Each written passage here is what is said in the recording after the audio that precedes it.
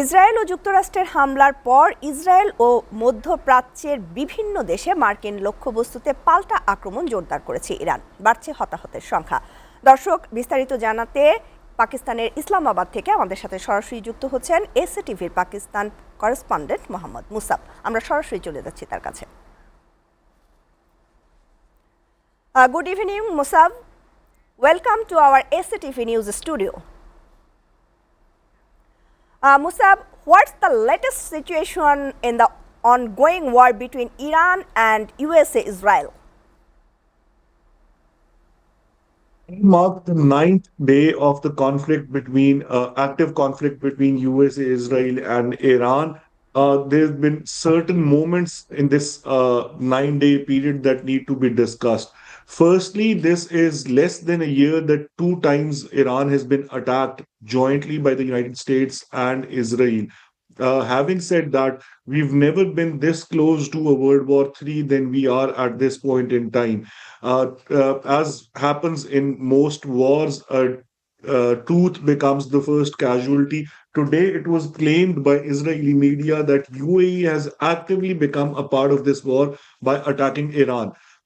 As we speak, the Minister of Defense from the UAE has just claimed that Iran's regime is unacceptable, but the Iranian people are acceptable to the UAE, and they will never think of attacking the Iranian people.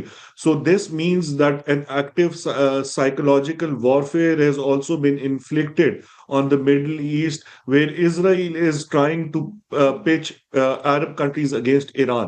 Having said that, yesterday the Iranian administration had actively talked to the press where they claimed that they will never attack any brotherly, friendly Muslim country in the Middle East unless and until their airspace is used, their bases are used against Iran.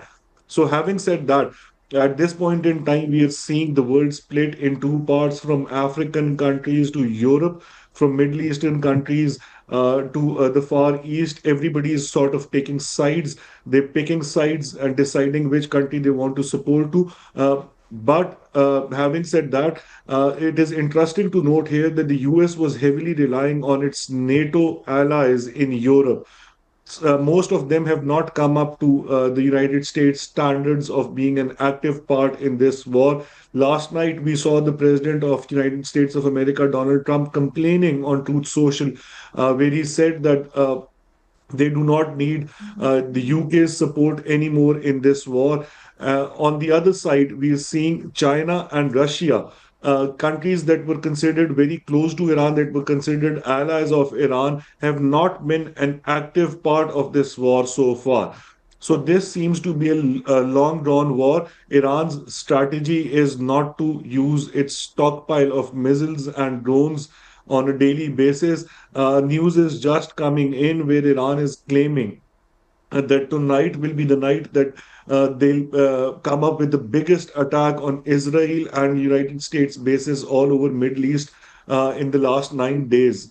They've been somewhat slow, but tonight is the night where they'll come up with the biggest attack. Yesterday, Donald Trump had claimed that last night was going to be the biggest attack on Iran. So this is a war that is long drawn, that is going on. The economic effects of this war are growing steadily.